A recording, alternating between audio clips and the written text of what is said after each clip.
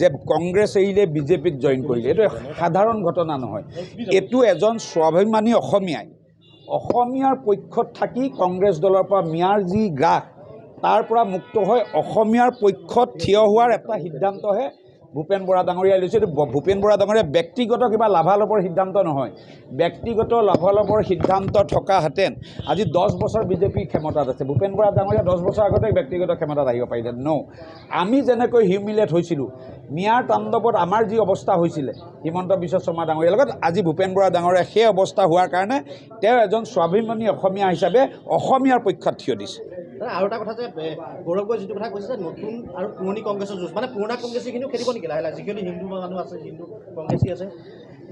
তাৰমানে চাওক, গৌৰৱ গগৈ ডাঙৰীয়াই যি কয় এতিয়া ক'লেই মুখ্যমন্ত্ৰী মহোদয় বেলেগে শিকাই দিয়ে, ঠিক আছে। এতিয়া গৌৰৱ গগৈ ডাঙৰীয়া কিমান প্ৰেক্টিকেল অসমৰ ওপৰত নলেজ আছে মই নাজানো। ৰাজনৈতিক ক্ষেত্ৰখনত আমাতকৈ ডাঙৰ ফেমিলিত জন্ম হৈছে বা আমাতকৈ বহুত ভাগ্যৱান মানুহ, সেইটোত মই ডিনাই নকৰোঁ। কিন্তু বৰ্তমান কংগ্ৰেছ দলৰ ৰাজীৱ ভৱনটো মিয়াই গ্ৰাস কৰিছে আৰু ছেকেণ্ড ফেজ 2 হিচাপে তেওঁলোকে ৰাজীৱ ভৱনৰ কংগ্ৰেছৰ জৰিয়তে অসমৰ শাসনভাৰ গ্ৰাস কৰাৰ পৰিকল্পনা আজি ভূপেন বৰাৰ নিচিনা নেতাক উদঙাই দিছে। আৰু সেই অপমান সহ্য কৰিব নোৱাৰি তেওঁ আজি বিজেপি দলত যোগ কৰিব গৈছে। দেৱব্ৰত শইকীয়াই যিটো কথা ক'লে যে কংগ্ৰেছৰ লবি চলাই, তেওঁ শইকীয়াই দিছে আৰু CLPও তেওঁ শইকীয়া আহিবলৈ বাধ্য হৈ গৈছে।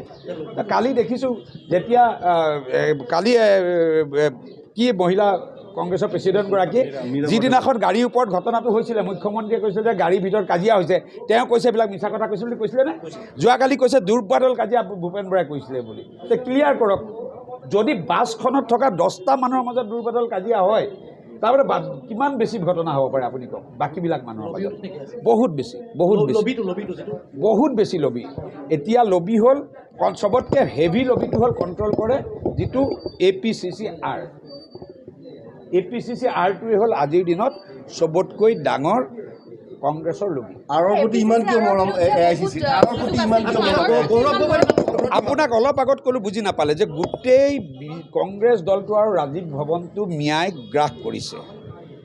গতিকে মিয়াৰ মচিয়া হ'ল গতিকে তেওঁ নোহোৱাকৈ কংগ্ৰেছ কেনেকৈ চাৰ্ভাইভ কৰিব? গৌৰৱ গগৈ ইমান দূৰত কিয়? গৌৰৱ গগৈটো আকৌ খেলিব নহয় নগাঁৱত অহাবাৰ ইলেকশ্যন। অহাবাৰ নগাঁৱত নেখেলিব। জয় হ'ব নোৱাৰিব জানো? সেইকাৰণে আপোনালোকে সেইটো অনুধাৱন আপোনালোকে কৰক। যিটো লাইনত গৈ আছে এতিয়া, যিটো মতি গতি, যি লাই বাঢ়ে দুপাততে চিন বুলি কওঁ নাই। গতিকে লাইপাত কোনফালে বাঢ়িছে সেই কথাটো আপোনালোকে নিজে অনুমান।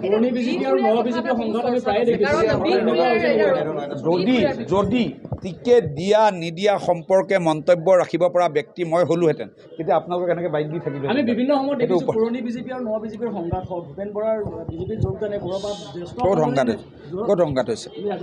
ক'ত কি সংঘাত হৈছে? তেখেতে আমাৰ সন্মানীয় নেতা আছিলে, এতিয়া বেলেগ দলত গৈছে। আপোনাৰ কিয় টেনশ্যন হৈছে?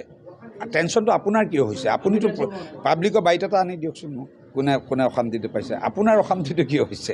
খুব ধুনীয়াকৈ আছে। বিজেপিত পুৰণাও নাই নতুনো নাই, বিজেপিত কেৱল বিজেপি কাৰ্যকৰ্তা পাবলৈ বাকী নাই। ভূপেন বৰা ৰিজাইন দিয়া দিনাখনে উত্তৰ অসম আৰু উজনি অসমত সাংঘাতিক ধৰণে এটা ইম্পেক্ট হৈছে, আপোনালোকে গ্ৰাউণ্ডত গম পাব।